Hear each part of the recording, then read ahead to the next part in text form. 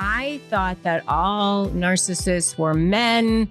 I thought that they were misogynistic, blowhard, men who filled the room, demanded the best tables in the restaurants, just kind of the boastful, bragging, what you kind of think of as your garden variety narcissist. To be honest with you, I didn't really think of narcissists as being women who were passive aggressive. Interesting quote. Do you know what to look for and how to identify a narcissist? Welcome. I'm your host, Terry Yoffe of Try Coaching. I am so excited about today's episode with Rebecca Zung. Rebecca is considered one of the top high-conflict expert negotiators in dealing with narcissists. She is one of the top 1% attorneys in the country, a master negotiator, and 3-time author. Her most recent book, Slay the Bully: How to Negotiate with a Narcissist and Win, which outlines the 4 steps necessary on how to set the stage for winning the war with a narcissist. This is an episode you won't want to miss, as Rebecca shares strategies and tools about the behaviors and mindsets of a narcissist and how to go from victim to victory. Meet the woman that has picked up the baton and became a voice for the voiceless. With the startling increase in narcissism, it underscores the necessity for a specialized voice and authority in this field, and a role that Rebecca Zung is uniquely qualified to fulfill. Rebecca is one of the top 1% attorneys in the country. She has written several bestsellers, including her most recent, Slay the Bully: How to Negotiate with a Narcissist and Win. She is a high conflict resolution negotiator and expert on how to deal with narcissists. In her book, Rebecca talks about the behaviors and mindsets of a narcissist and tells us how we must stand in our authentic selves in order to outsmart a narcissist and go from victim to victory. Welcome, Rebecca.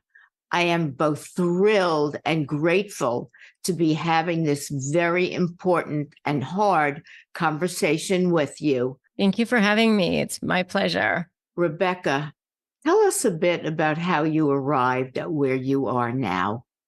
How I ended up starting on YouTube is, during COVID, I started talking about how to negotiate with a narcissist.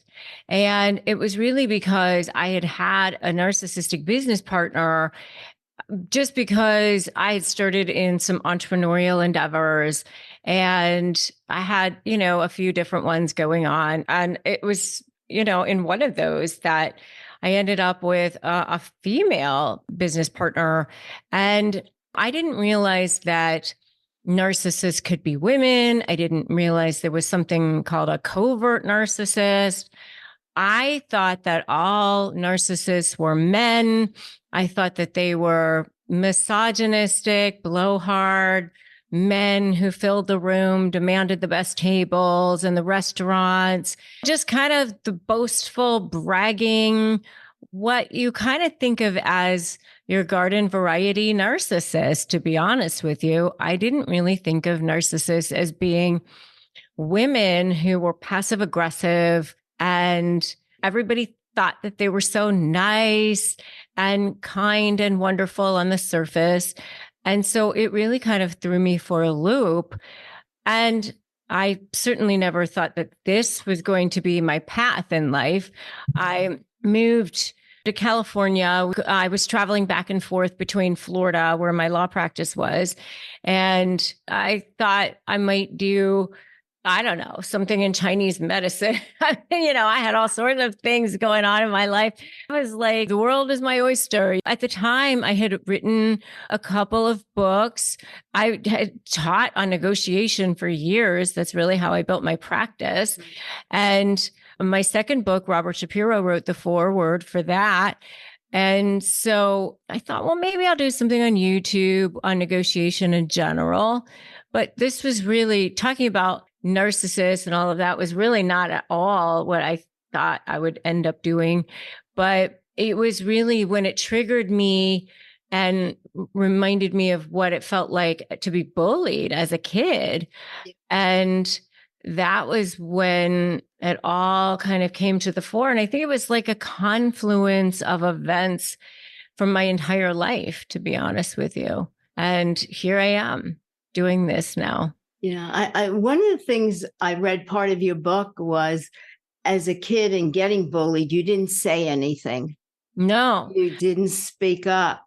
Yes, I felt totally voiceless as a child with that. And, I grew up as a young child in the 70s and, went to high school in the 80s. And, in those days, it was a very different time than it is now. Parents weren't like at the school all the time or anything like that. It was, you just were on your own pretty much.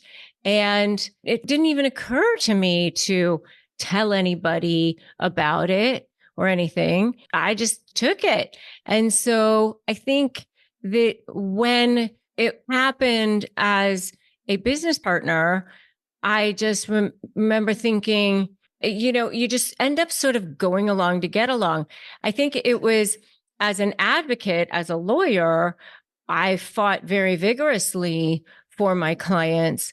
And I think maybe that, I don't know, maybe subconsciously that's why I became a lawyer. I don't know.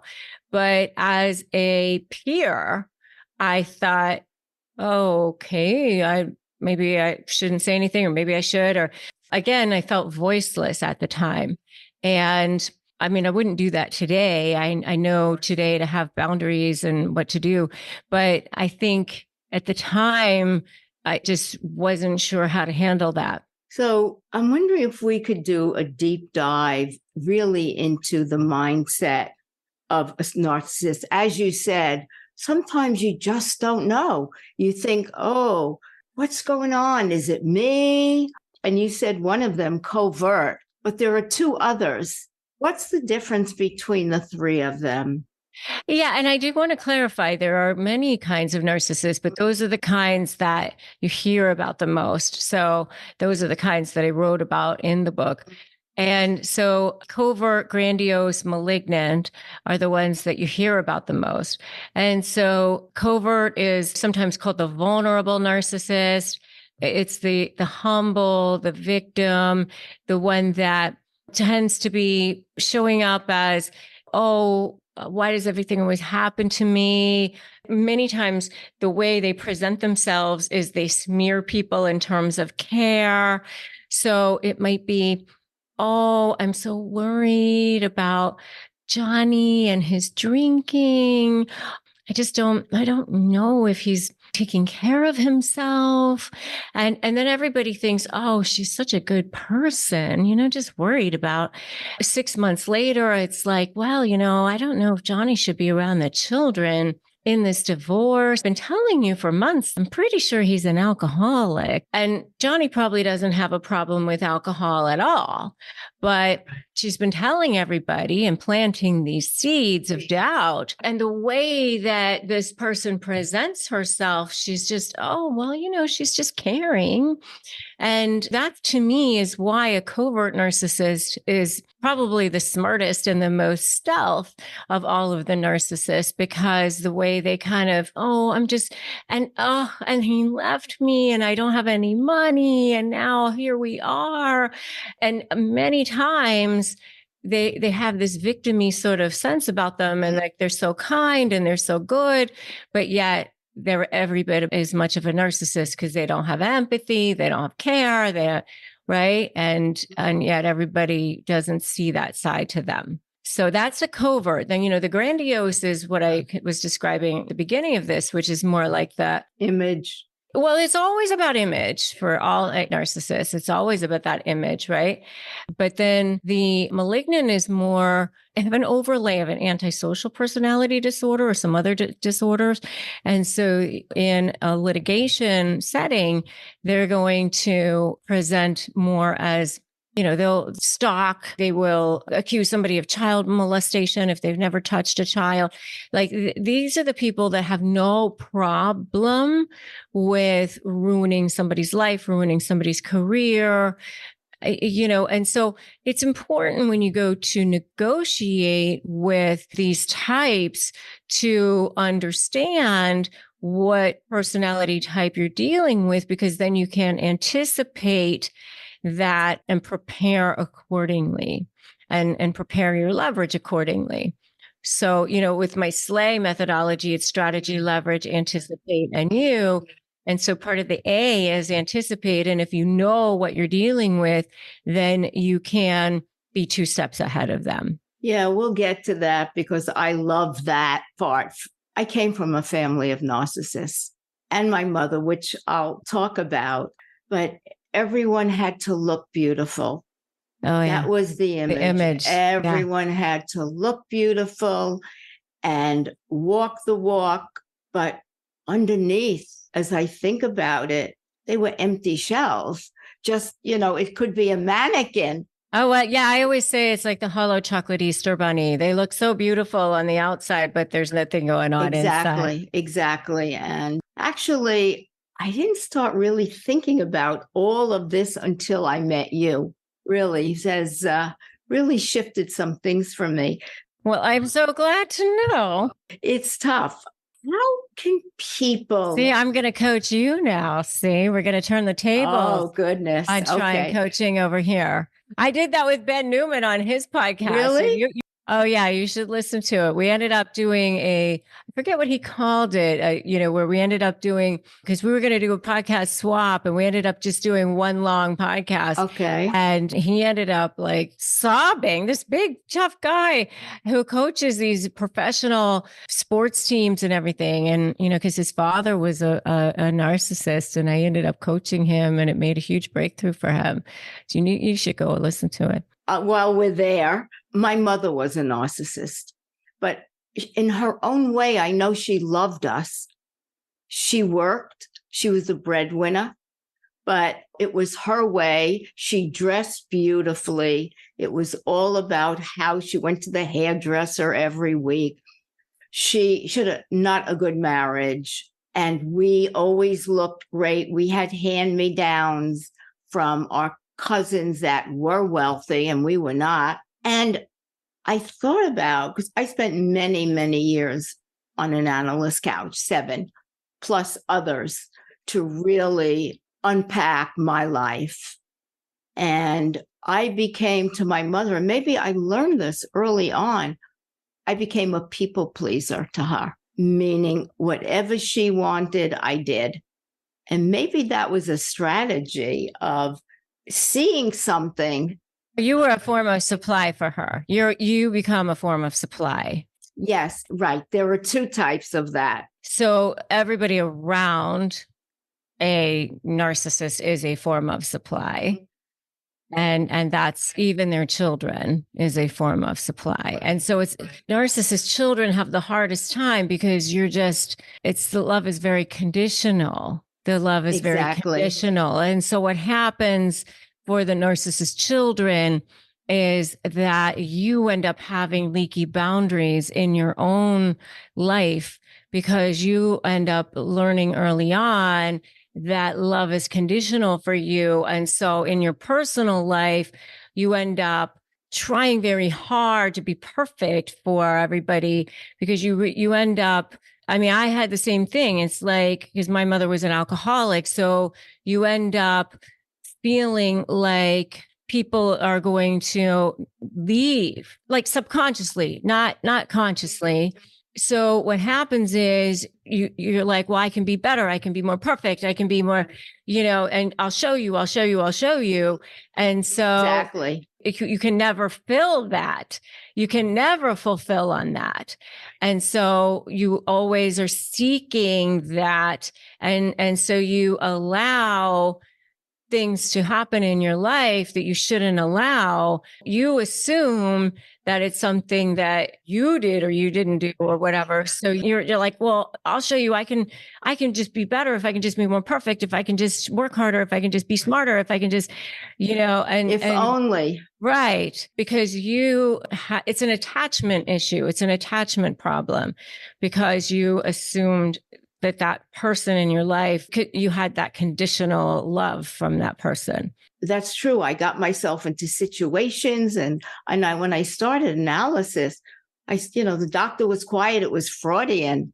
And I finally said to him, aren't you going to tell me what to do? He said, no, because if I tell you, you won't know what to do the next time. Okay, well, I'll tell you what to do. At this point, yeah. Yeah. Well, so I can tell the people what to do who are listening.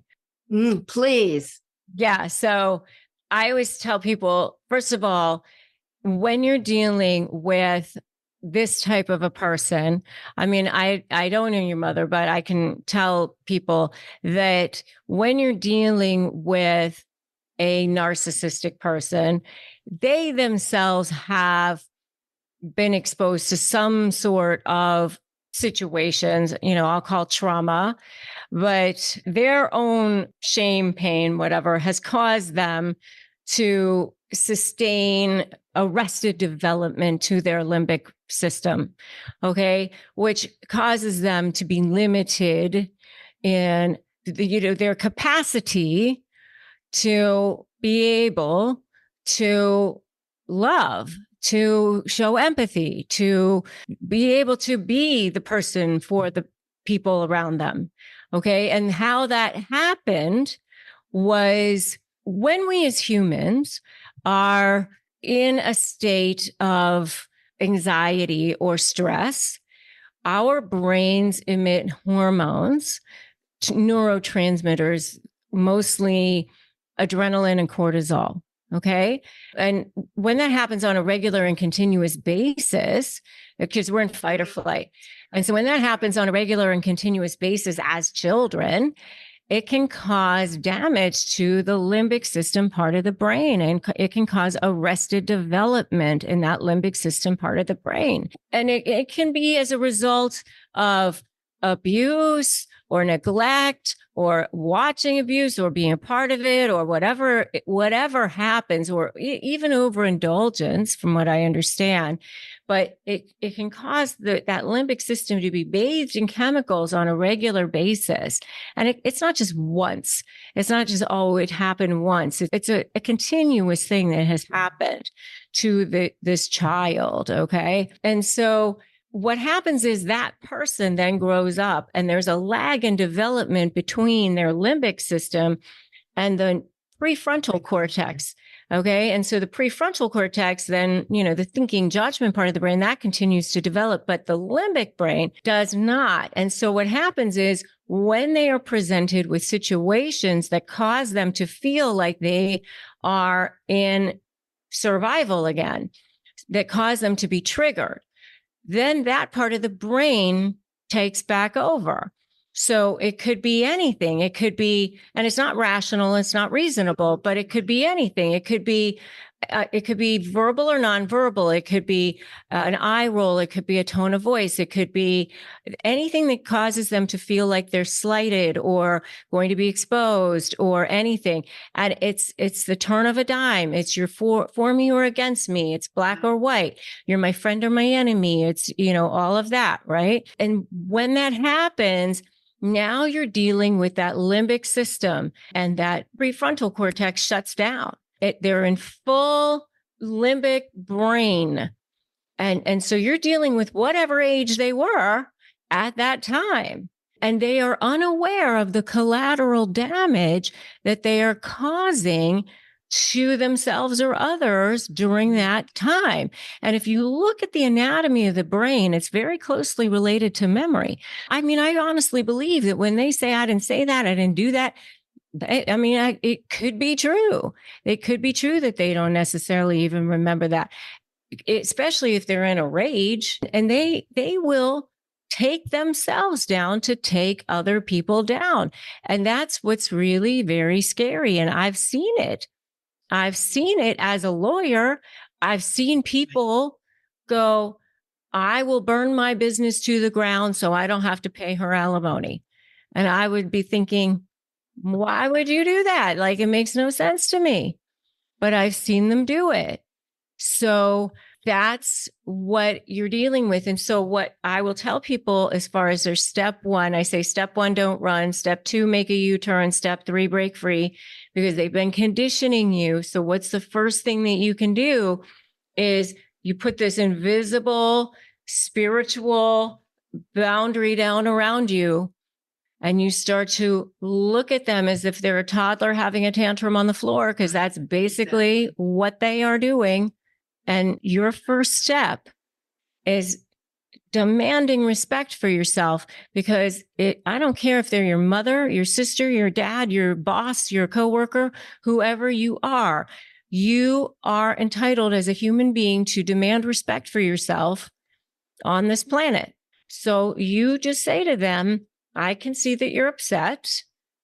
We can have this conversation when you have calmed down, when you're ready to have a conversation that is calm.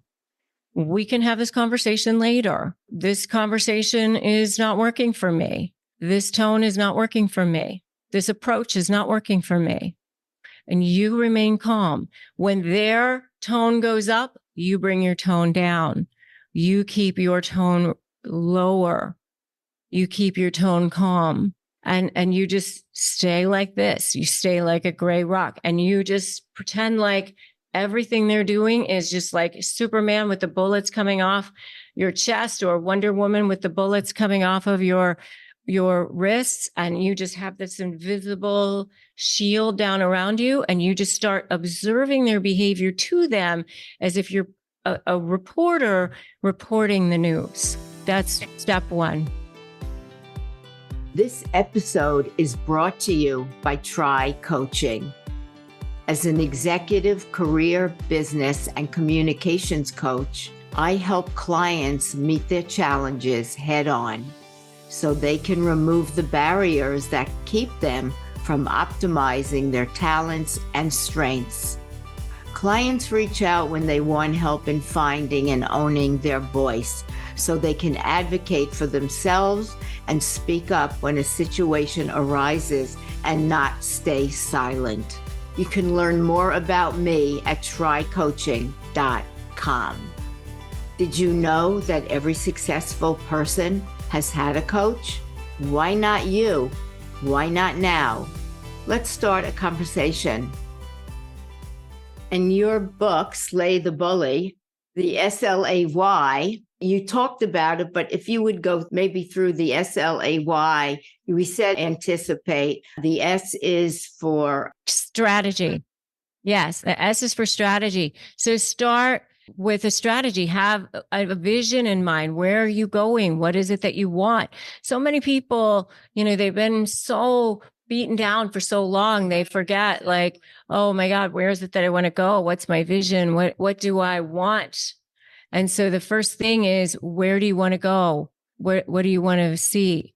What's the outcome that you want? The next thing is creating an action plan from that, right? What steps do I want to take to get there? How am I going to get there? So that's your long term. And then start thinking, okay, short term. I always think short term, long term, short term, long term. The short term is like what I was just talking about. Step one, don't run. What can I do? Baby steps, right? And then the leverage. That's when we go into leverage. We talked a little bit about narcissistic supply. That's the thing that feeds them. But leverage is taking a look at the two different types of supply that they have. And diamond level supply is that image. That's that thing that drives them, how they look to the world. That's that most important thing. I call it the window dressing. Then there's the coal level supply, which I call the dark underbelly of supply. It's the manipulation, it's passive aggression, it's smearing you, it's pushing you down to make themselves feel good. And the myth is that people think that, oh, they just want to win, but they don't just want to win. They want to manipulate you. And that's why they constantly move goalposts in negotiations. And that's why they constantly jerk you around in negotiations. And so you have to find a way to create leverage such that you threaten a source of supply that's more important for them to keep than the supply that they get from manipulating you. And you do that through their own behavior, through creating leverage through their own behavior, through their lies, through potentially exposing them to people that they don't want to be exposed to. Every time they lie or they do something, I always say, thank you for the gift. Thank you for the gift. And I love what you're saying here. It just sounds easy. It is easy. I always say they're difficult to deal with, but it's easy to do. It's an easy framework. No, the framework, but getting somebody there who has been in a relationship where, as you talk about, they go in with the love bombing, right, in the beginning, and they're all over them. And once they hook them, then the tables turn and like people's heads swivel. What? As again, they think it's them until maybe somewhere there's a light that shines through and they say, wait a second, this is not me. Yeah. Another thing you've talked about is one has to really believe in themselves. Yes. They have to stand in their power or get that place. That's my favorite. So A is anticipate, which I talked about a little bit at the beginning, staying 2 steps ahead of them, knowing the type of narcissist you're dealing with, and then have a whole grab and go set of tools in the book as well, because they're going to try to bait you and trigger you and all of that. And then why is you? You standing in your power, you 100% knowing that you are going to win, and knowing that you're believing in yourself, and you having authentic power. And that's where you're going with this whole thing. And my favorite analogy, honestly, is thinking about Glinda the Good Witch in The Wizard of Oz, where she says to the Wicked Witch, when the Wicked Witch comes around, and Glinda says, go away, you have no power here. And the Wicked Witch is like, oh my God, I'm going to get away from her. Do you remember that when she does that? Yes, exactly. And the Glinda was like, she's like a gnat flying around. And that's exactly how it is when you stand in your authentic power. That narcissists, difficult people, anybody like that, they just become like, they're nothing to you when you have true authentic power and you know who you are. They just don't trigger you at all because you stand in your power and you know who you are. A lot of people probably might have to find out who they are and get in alignment with themselves and their soul, right? And really grow a power self, so to speak, to really be able to work with or deal with a narcissist. I mean, one of the things I did a number of years ago, and I'm not sure why I did it, I did NLP a number of years ago. Then this is a perfect way, perhaps, for people to really learn some steps in how to deal with themselves. Some of them I remember was disassociating yourself from the situation, kind of taking yourself out and seeing what's really going on, almost like you're in a helicopter. Exactly. That's exactly it. And anchoring is taking a feeling, an emotion that might be negative, and then looking at a positive one and anchoring that within you. Exactly. One I use a lot with clients is reframing, going from a negative thought to a positive thought. And then maybe building rapport with this person Yeah, I call it fluff for favor, vomit later. Yes. Can you talk to that a little bit? Yes. So it's fluffing up their ego. So give them a little something. I say, give them a little something they want, and you get a little something that you want. So what do they want is adulation. They want to be puffed up. So you fluff up their ego like you're fluffing up a pillow, and then you get something that you want in return. So an example is that I was just recently coaching a guy who is trying to get something from his father, who is running this company. He's running the company with his father, but his father is it's like a big company. I think it's worth $40 million or something. And the father is being pretty recalcitrant about a decision and something that they want from him. And they've been sort of butting heads. And I said, well, instead of going at him and butting heads with him, I said, do fluff for favor, vomit later. Go in and say, you've always been the king of the family. We couldn't have done this without you. We're all here because of you. This has all been built because of your genius. And I said, that's what's going to move him. That's what's going to get him to do the things that you want him to do. And that's what's going to end up working for him. And he's like, oh my God, I'm going to have to do some deep breaths ahead of time. But he's like, you know what? You're 100% right. And that's what ended up working for him. So, but that's what you have to do. I mean, I call it ethically manipulating the manipulator. You just have to understand how they think, how they work, what works for people. And, I do that a lot. And I'm wondering, it's like inherent that, and I don't think about it. And I don't know if it's something I learned early on. I was a very sensitive child, given everything. And I mean, my word, if it gets triggered, is abandonment. Well, that's what I was telling you just earlier, right? The attachment issues. But what ends up happening with that is leaky boundaries. So you have to be careful with that, because then you end up being taken advantage of, the empath thing, and, doing more than you should for people and the whole thing. I used to do that. I don't do it anymore. However, I understand when the trigger comes up. Wait a second, that's not in the here and now. Yes. But that, I know that's me. Like, I just recently, had to clear that out for myself within my business, where I had a situation where that was coming up from me. Right. And I did a whole conversation with myself, with my coach. And, it was like, okay, this is not working for me. And I had to be aware of that in myself, because I do have that. I do have that for me. But you have to be aware of, we all have our set of trauma. Nobody gets out of this life scot-free. No. And when we think about trauma, another area is leadership today.